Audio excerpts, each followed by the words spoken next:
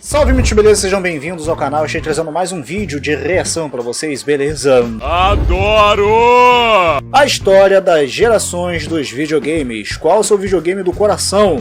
Aperte o Start Vlogs. Bom, eu não conheço esse canal, foi, se eu não me engano, sugerido lá pela alguém lá na Twitch, tá bom? Mas bora ver esse vídeo aqui naquele mesmo esquema, eu não sei se foi na Twitch ou se foi algum membro aqui do canal. Que esse daqui também é um dos que eu esqueci de colocar no finalzinho aqui, geralmente coloco pra poder diferenciar quem foi que pediu.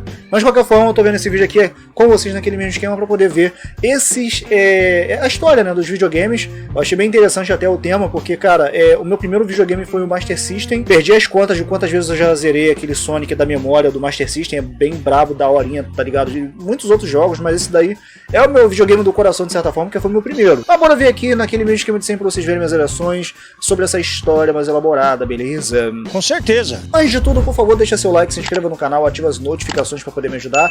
E se você for novo ou nova no canal, sejam bem-vindos. Ai, que delícia! Haters, a poderosa Black Shark tá aqui.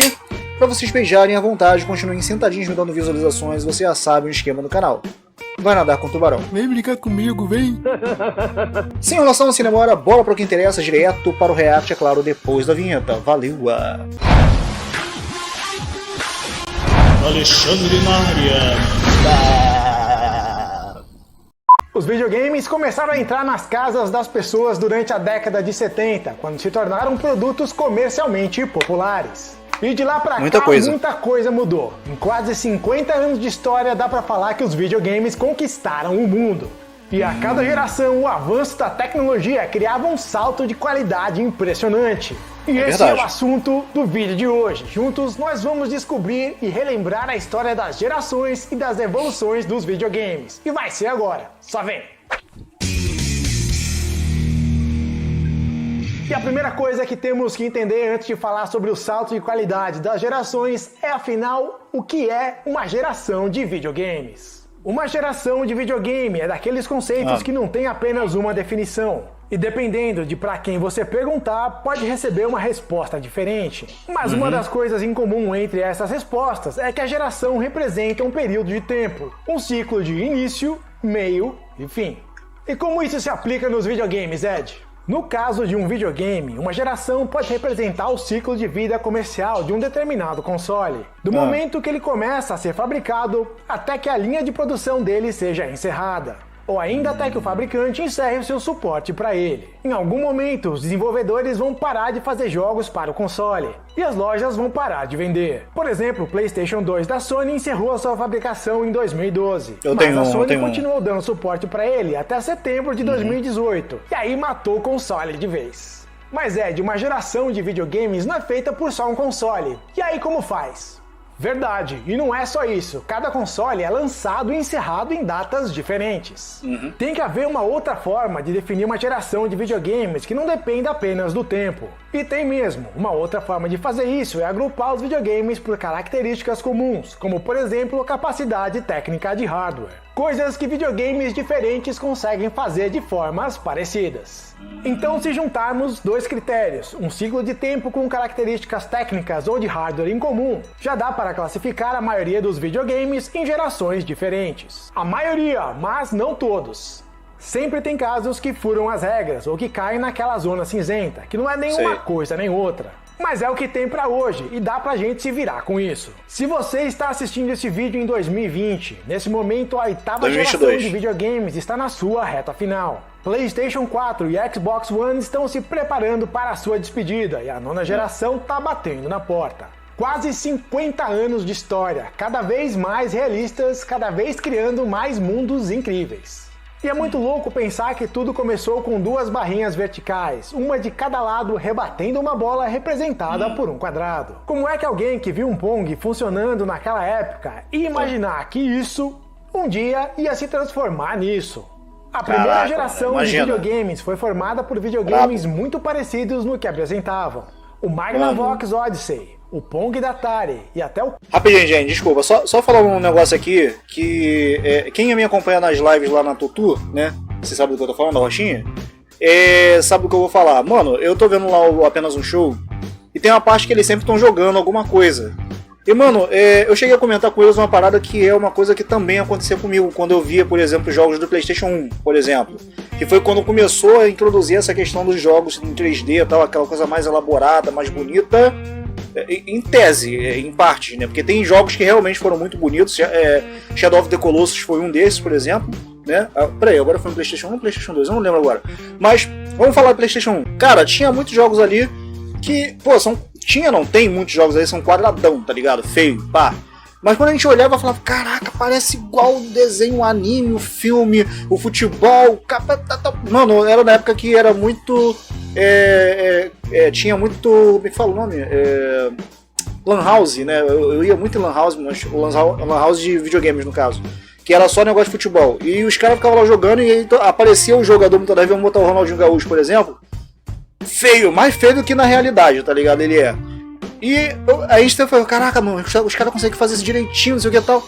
Mas, mano, é engraçado porque no apenas um show é a mesma coisa, só que é mais quadrado. Imagina o cara jogando um Atari, aí aparece um personagem conhecido da vida real lá e o cara fica falando a mesma coisa. Caraca, parece igualzinho, não sei o que.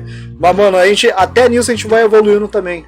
O nosso olhar, né, em relação às imagens que a gente vê no videogame. É uma coisa interessante, meio engraçada também, cara, na moral. Color TV Game da Nintendo são alguns exemplos disso. Nossa. E quase todos apresentavam variações do jogo Pong, de rebater uma bola com as barrinhas. A aparência externa dos videogames era bem variada. Alguns com visual mais serião, outros com visual mais colorido, e todos com jogos na memória interna do console. Eu tive muito pouco contato com a primeira geração de videogames, e sinceramente não chamava muita atenção não. Mas foi o começo de tudo no mundo dos videogames que a gente adora, e a primeira geração tem muito valor histórico. Era a primeira vez que uma pessoa tinha a chance de interagir com alguma coisa que estava acontecendo na tela da televisão. Os gráficos eram super simples e em preto e branco, a jogabilidade super limitada. Mas ainda assim, o que rolava na tela dependia da escolha do jogador. E pra mim, essa interatividade foi o grande feito da primeira geração de videogames.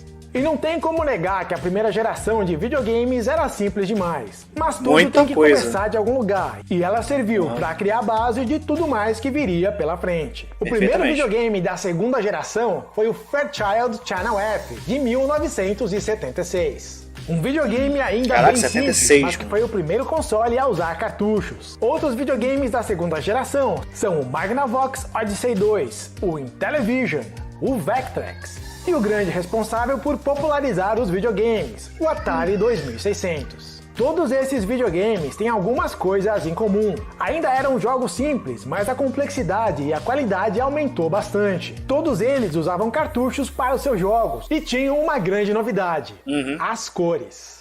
E é isso mesmo, ter cores era um grande diferencial na segunda geração de videogames. Mas o maior salto estava nos jogos. Os dias de mexer as barrinhas do Pong ficaram para trás. E agora já era possível ter experiências de jogos muito mais complexas e divertidas, muitas vezes vindas dos jogos que faziam grande sucesso no arcade. A melhora na capacidade técnica permitia que jogos como Space Invaders, Pac-Man, Pitfall, Pac-Man, mano. Na moral, eu joguei muito Pac-Man. Mega Mania e muitos outros chegassem na casa das pessoas. Eu me acabei de jogar Keystone Capers, que eu chamava de Pega Ladrão, e também o Frostbite, que eu chamava de Gelinho.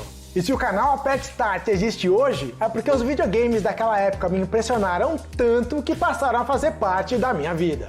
Lembra que eu falei que tem certos videogames que na hora de classificar a geração caiu na zona cinzenta? A Atari lançou um segundo videogame durante a segunda geração, o Atari 5200 em 1982. O Atari 5200 foi um videogame baseado em um computador chamado Atari 800. Foi uma tentativa meio que desesperada para substituir o Atari 2600, que em 1982 já estava completamente ultrapassado. E estava levando uma surra de tecnologia de um outro videogame chamado ColecoVision. E o ColecoVision é um videogame que está em outro patamar de gráficos, de som e de jogos. Mas ainda assim, historicamente foi classificado dentro da segunda geração. Ed, você não vai falar do crash dos videogames? É importante entender que tudo o que foi falado até agora aconteceu nos Estados Unidos. Lá era o grande centro comercial dos videogames. Já havia videogames no Japão também, mas naquela época era... Nossa, isso daí que ele tá botando agora, deixa eu voltar um pouquinho aqui, que é, pera aí, deixa aparecer. Isso daqui Isso aí, mano, era o meu sonho de consumo, cara, de ter um negócio desse. Eu sei que esse aqui é bem da antiga ainda, mas, pô, tinha uma época que, mano, isso daqui era meu sonho, mano, de consumo, tá ligado? Tem uma paradinha dessa daqui pra poder jogar Need for Speed, sei lá. Hoje eu poderia comprar, mas... Eita, nossa... Ô, filho! Ih, rapaz. Videogames no Japão também, mas naquela época era uma coisa mais localizada. O grande mercado era mesmo os Estados Unidos. E antes de entrar na terceira geração de videogames, no final da segunda geração aconteceu um evento que ficou conhecido como o Crash dos videogames. O mercado de videogames americano economicamente colapsou e resumidamente aconteceu o seguinte: uma quantidade absurda de jogos lançados no mercado, jogos com baixa ou péssima qualidade. Havia muito mais jogos do que consumidores. Tinha tanto jogo sobrando que era mais barato enterrar cartuchos no deserto do que manter eles armazenados em estoque. Ninguém mais comprava ou queria saber de videogames. O interesse e a confiança acabaram. E o mercado de videogames implodiu, levando junto a Atari, a Coleco e toda aquela galera que fez parte da segunda geração. Caraca. Mas isso foi só nos Estados Unidos. No resto do mundo não teve crash nenhum. No Brasil, os videogames estavam apenas chegando, e no Japão a situação ia ficar muito mais interessante a partir de 1983, quando começou a terceira geração. Qual videogame você conheceu primeiro? Qual é o videogame do seu coração? Às vezes, essas duas perguntas têm a mesma resposta, às vezes não. Foi na terceira geração de videogames que eu conheci o meu videogame do coração. Quer dizer, mais ou menos eu já explico. 1983 foi um dos anos mais importantes na história dos videogames. Talvez seja até o mais importante. Até aquele ano, o centro do universo dos videogames ficava nos Estados Unidos. Mas em 83, esse centro viajou para o outro lado acho que eu já joguei esse joguinho aí também. No Japão. Dois videogames esse lançados no mesmo certeza. dia 15 de julho de 1983. O Family Computer, o Famicom da Nintendo e o SG-1000 da Sega. O SG-1000 foi uma das tentativas da Sega de entrar no mercado dos videogames domésticos. Internamente, ele era muito parecido com o ColecoVision. E o SG-1000 não foi o sucesso que a Sega esperava, muito por causa da superioridade do Famicom. E o Famicom foi um divisor de águas no mundo dos videogames. Caraca, primeiro mano. conquistou... Mano, eu tinha esse aí, da Dynavision, das prateleiras das lojas no mesmo instante. Mano... A Nintendo não dava conta de produzir consoles e nem jogos. Na verdade, assim, não era esse que tá aparecendo aí, não. É um outro formato. E a arma não era desse jeito. Esse daqui é bem mais realista, essa arma desse aqui que tá aparecendo. Mas eu já tive um videogame também chamado Dynavision, que é com aqueles jogos ali, tá ligado?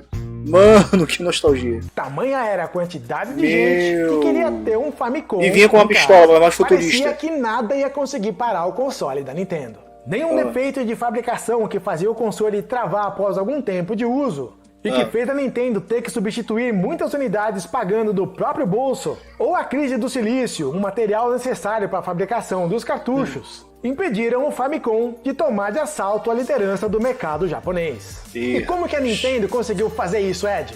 Naquele momento, o Famicom tinha o hardware mais avançado do mundo já visto em um videogame doméstico. O salto de qualidade da segunda para a terceira geração foi um dos maiores da história. Enquanto no Atari 2600 você precisava usar a imaginação para enxergar um quadrado como se fosse um cavaleiro, no Famicom a imaginação fica por conta dos desenvolvedores. Para entregar os jogos mais incríveis que pudessem. Caraca, e o mano. Famicom Nossa. era tão melhor do que tudo que havia sido feito até aquele momento que fez a Nintendo sonhar bem mais alto. Fez a Nintendo pensar que podia sair do Japão e conquistar a América, um mercado consumidor muito maior. Em 1985, o Famicom chegou nos Estados Unidos com um visual bastante modificado. Adaptado para a audiência americana e com um nome diferente, o Nintendo Entertainment System, o Nintendinho. O hardware do Famicom era muito avançado mesmo, mas o que ganhou o público de verdade foram os jogos. Mario se transformou em um fenômeno no Famicom. Zelda nasceu no Famicom. O Mega Man da Capcom também foi criado no Famicom. Mano, adoro Mega Man, e o que não falta no Famicom são jogos bons. Eu conheci o Famicom por acaso. Em São Paulo, eu costumava frequentar uma loja chamada MSX Projetos. E naquele dia tinha uma rodinha de gente olhando para uma TV. E eu fui com... Para tudo, Ed. O que é MSX? Do que você tá falando? Oh, foi mal. Só agora que eu lembrei que no começo do vídeo eu prometi que ia falar sobre o meu videogame do coração. Então, em 1983, no Japão, no mesmo ano do lançamento do Famicom e do SG-1000, também foi lançada uma linha de computadores pessoais chamada MSX. Um computador que usava cartuchos muito parecidos com os do Famicom, e que tinha entrada de controles como um videogame, e que também tinha jogo pra caramba nele. O MSX foi lançado aqui no Brasil por duas empresas, a Gradiente e a Sharp. E todas as grandes desenvolvedoras japonesas que faziam jogos para Famicom também faziam jogos para MSX.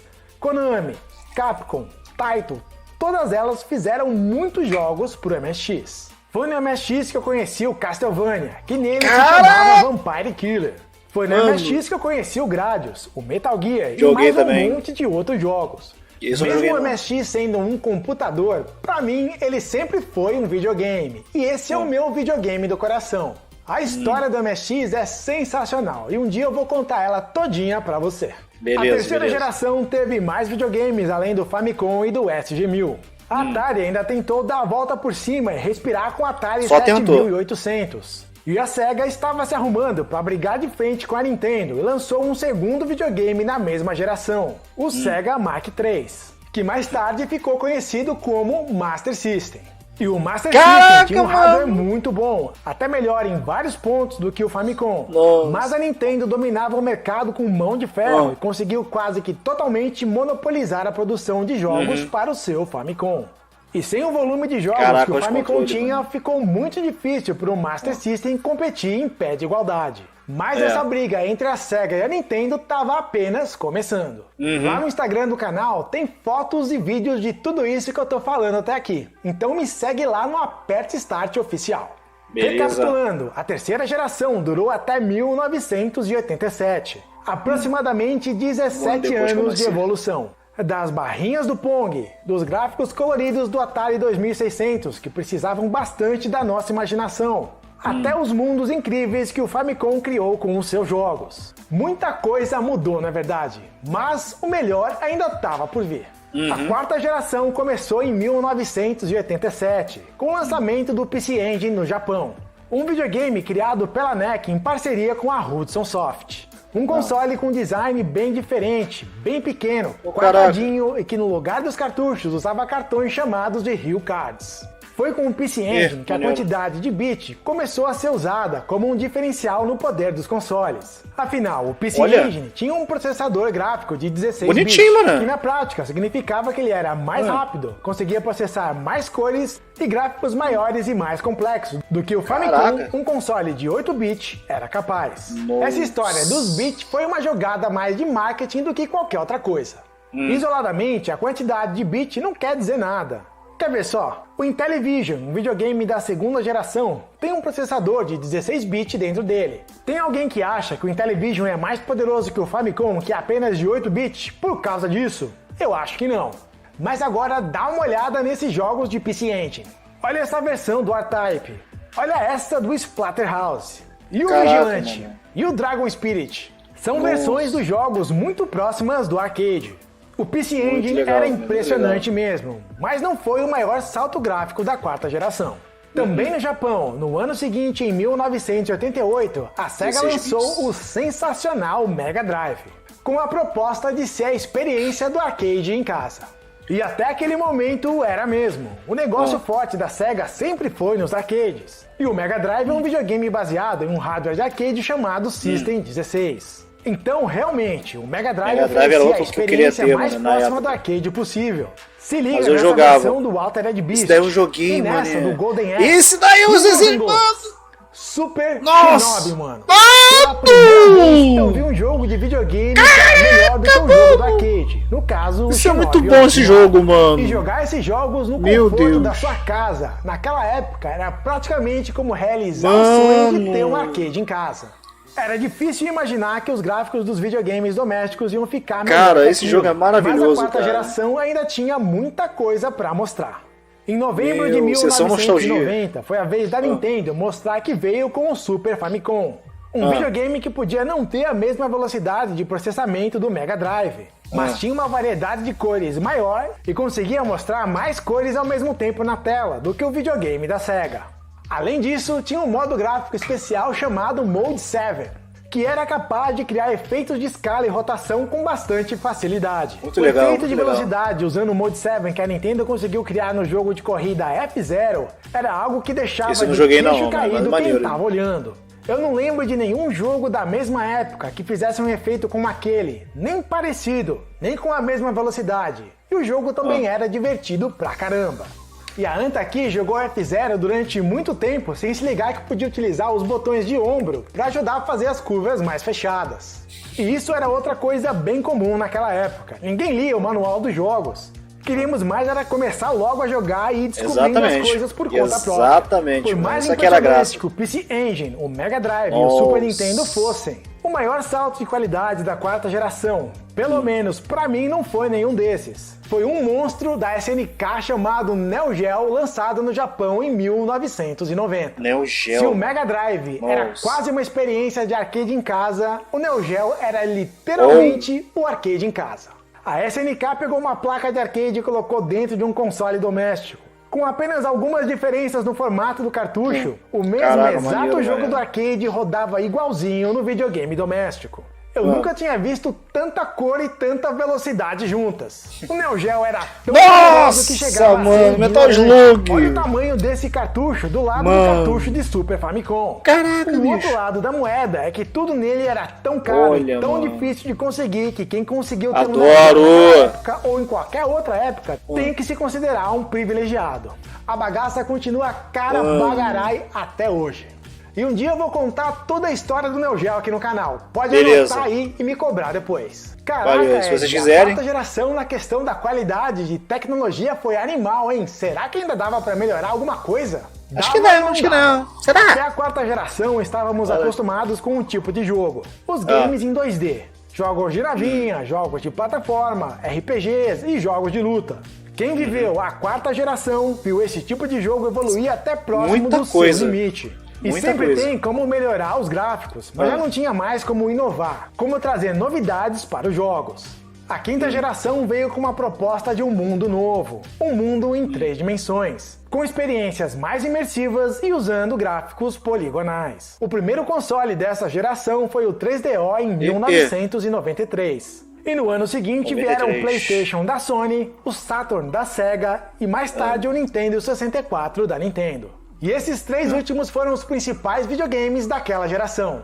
Os outros consoles dessa geração, como o Atari Jaguar e o 3DO, no contexto geral não conseguiram se destacar como os demais. Foi também na quinta geração que nós nos despedimos dos nossos amados cartuchos de videogames, que perderam E terreno CDs. para os jogos em CD, que eram muito mais baratos de produzir e ao mesmo tempo ofereciam muito mais espaço. Aqui no Brasil, principalmente com o PlayStation da Sony, videogame virou uma coisa popular de vez. O videogame Verdade. custava Muita caro, coisa. mas os jogos eram fáceis de copiar. A pirataria sempre teve desde a época do Atari, mas quando chegou no PlayStation aí virou uma festa. Nossa, PlayStation Toda 2 quem barraquinha de diga, mano. camelô tinha jogo de PlayStation pra vender. Sempre naquele esquema de 3 jogos por 10ão ou 15ão. Não se encontrava jogo original de PlayStation pra comprar. E pra muita gente, os joguinhos da barraca do camelô eram jogos originais mesmo. Foi no PlayStation que surgiram jogos lendários como o Resident Evil da Resident Capcom, Evil. o Metal Gear Solid da Konami, o Grand Theft Auto, o GTA da Rockstar, que naquela época nem se chamava Rockstar caraca. ainda, era DMA Design.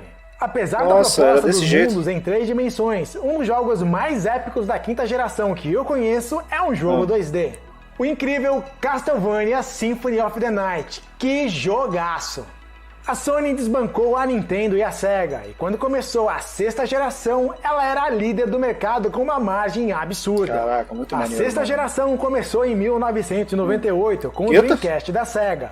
E depois vieram o PlayStation 2 da Sony, o GameCube PlayStation da 2. Nintendo e o Tem até Xbox hoje. da Microsoft. GameCube, Essa foi muito a bom última também. geração que tivemos 4 consoles de peso concorrendo ao mesmo tempo. O Dreamcast foi o último videogame doméstico da Sega. Um videogame muito top, mas que não teve força suficiente para competir com o PlayStation 2. E agora 1 segundo de silêncio pro Dreamcast. O PlayStation 2 dominou a sexta geração do início ao fim e não deu chance para concorrência. E tanto o GameCube quanto o Xbox eram videogames até melhores que o Play 2 na questão do hardware, mas não teve jeito. A popularidade do Play 2 superou tudo. Muita na coisa. quinta geração os gráficos não foi no 2, engatinhando ainda e era tudo meio quadradão. Na sexta geração a história foi outra. O visual dos jogos foi para outro patamar. Muito legal, mano. E aí sim podemos começar a viver de verdade os tais mundos imersivos de um jeito impressionante. Tudo evoluiu demais. O GTA no PlayStation 2 se transformou em uma franquia multimilionária e um dos jogos mais populares do mundo. O Metal Gear Solid, que já era massa no Play 1, no Play 2 parecia um filme de espionagem de verdade. Resident Evil 4 se tornou um fenômeno, que depois do sucesso no Play 2 foi portado pra tudo que é videogame e computador do planeta. Acho que é o meu preferido. E o PC chegou a ser feito 2 vezes. E o God of War. Talvez o jogo com visual mais cinematográfico visto em um videogame até aquele momento. Mais de 150 milhões de consoles vendidos e quase 4 mil jogos oficiais. No Brasil, o Play 2 conseguiu ser ainda mais popular que o PlayStation original. Os jogos do Play 2 usavam DVD e demorou um pouquinho mais para serem copiados. Mas quando isso aconteceu, a festa foi pra valer. E de novo, não tinha camelô na rua que não vendesse jogos de Play 2 de baseada. E não parou por aí. Toda hora, mano. Toda hora. Isso daí, mano. Era o Winning Eleven, que depois acabou virando Pro Evolution Soccer, o PES.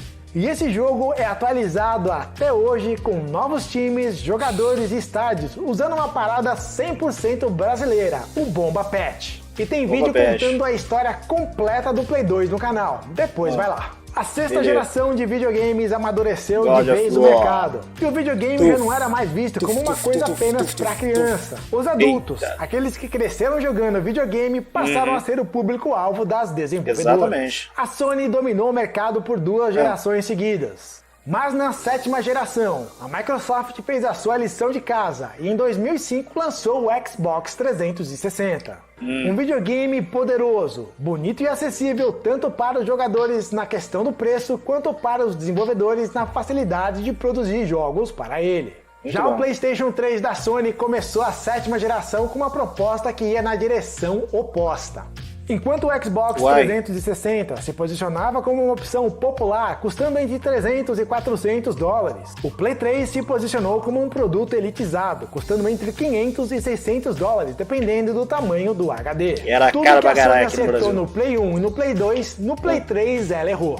O preço elevado foi uma decisão totalmente equivocada. Além de caro, o Play 3 dizia ser o mais poderoso, mas era um videogame complicadíssimo de se programar e dava muito trabalho para os desenvolvedores. O resultado é que o Xbox 360 recebeu os melhores jogos multiplataforma, que eram sempre mais bonitos e mais rápidos no Xbox do que no PlayStation 3. Mas nem tudo foi sucesso para a Microsoft. O Xbox 360 tinha um grave defeito de fabricação, que ficou conhecido como Red Ring of Death, o Anel Vermelho da Morte. Um problema que inutilizava o console, e a saída era comprar outro ou torcer para a Microsoft trocar o seu videogame se ainda estivesse na garantia. E mesmo com esse problema, o console da Microsoft ficou na frente do PlayStation 3 durante muito tempo. Outra vantagem que ele tinha era a Xbox Live, uma rede para jogatina online e downloads muito melhor estruturada do que a PSN da Sony. Um dos jogos mais impressionantes do Xbox 360 foi o Gears of War de 2006. Um jogo de tiro em terceira pessoa, que emprestava um pouco da visão de câmera de Resident Evil 4, ao mesmo tempo que implementou um sistema de cobertura, onde você se escondia atrás de objetos durante as batalhas. Um jogo feito com muito capricho, com um estilo visual cheio de personalidade. A humanidade tentando sobreviver à invasão de um inimigo subterrâneo, os Locusts, que saíram debaixo da terra para detonar com tudo. Brabo, hein? Sensacional! Sucesso comercial e de crítica, que gerou uma franquia de jogos. A Sony só conseguiu equilibrar a briga com o Xbox 360 quando conseguiu reduzir os custos do Play 3 para o consumidor, ao mesmo tempo que os desenvolvedores pegavam as manhas de fazer os jogos para ele. Foi justamente nessa época que chegou a tão aguardada sequência da franquia God of War, o God of War 3 de 2010. Um jogo incrível. Eu até agora não joguei esse, mano. Era disso Nunca que a joguei. Sony falava quando dizia que o PS3 era um videogame muito poderoso. Mas levou 5 anos para a própria Sony conseguir lançar um jogo com aquela qualidade no Play 3, de tão difícil que era programar para ele. Ed, você não tá esquecendo do Wii não, né? O Wii foi lançado pela Nintendo em 2006 e tinha uma proposta bem diferente do Play 3 e do Xbox 360. Enquanto Sony e Microsoft estavam mirando no público mais adulto, que já tinha o hábito de jogar videogame, a Nintendo queria buscar um público novo, o público casual, que não necessariamente jogava videogame. Para alcançar esse objetivo, a Nintendo apostou em um hardware mais barato, menos poderoso que o PlayStation 3 e o Xbox 360, mas tinha um diferencial: os controles de movimento. A Microsoft também tentou surfar nessa onda com o Kinect, aquele acessório que mapeava seus movimentos através de uma câmera, e que tentava usar essa informação para controlar os jogos. E às vezes dava certo e às vezes não dava, e essa instabilidade acabou minando o sucesso do acessório. O Wii não usava câmera, usava uma barrinha com um sensor que recebia as informações diretamente de um controle que você segurava nas mãos, o Nunchuck. Por um tempo, essa fórmula da Nintendo deu muito certo, e o Wii vendeu muito, mas muito mesmo. Mais de 100 milhões de unidades no mundo. O Wii Sports, o jogo que acompanhava o Wii, foi um sucesso. E era mesmo bem divertido de jogar. Tênis, boliche, joguinhos bem simples, mas que qualquer um podia pegar o controle e jogar. Mas havia um porém. Os controles de movimento eram muito legais para um jogo como o Wii Sports, mas raramente serviam para melhorar a experiência de um jogo mais tradicional. Um jogo que não foi pensado para fazer uso de controles de movimento. E aí o Wii caiu numa armadilha que ele mesmo criou. O público casual logo enjoava dos controles por movimentos, e quando acabava a graça, eles encostavam o videogame. Já os jogadores que curtiam os jogos tradicionais, quando chegavam no Wii, muitas vezes se viam forçados a usar os controles de movimento de formas meio toscas para fazer coisas simples nos jogos que normalmente seriam feitas com um botão.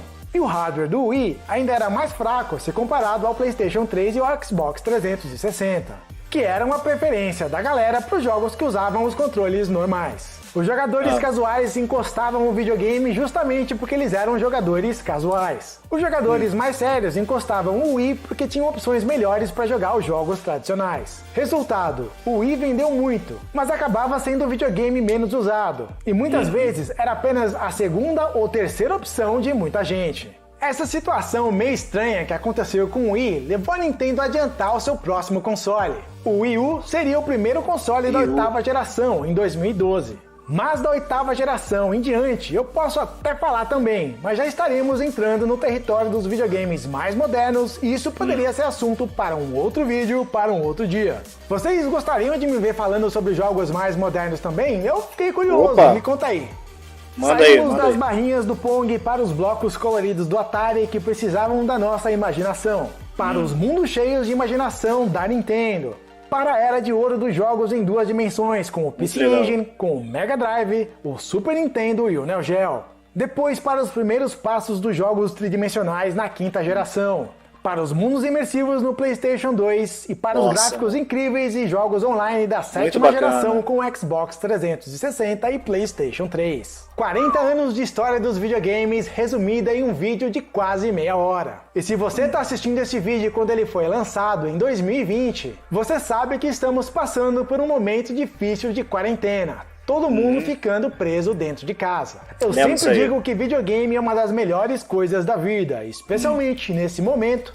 Ele pode mais que nunca te levar para outros lugares e ser uma ótima companhia, sem que você precise sair de casa. Então qualquer que seja o videogame que você gosta mais, aproveita, mas aproveita mesmo. Porque o que não falta são jogos maravilhosos e incríveis para ajudar a gente a passar por esse momento turbulento. Mas essa é somente a minha opinião. Qual é a sua? E se você gostou desse vídeo, faz aquele favor para mim. Não esquece de compartilhar com um amigo, ou nas suas redes sociais, ou nos seus grupos de WhatsApp. Porque aí o vídeo vai alcançar mais pessoas, o canal vai crescer mais rápido, eu vou ficar muito mais feliz e vou querer fazer muito mais vídeo para você. Fechou?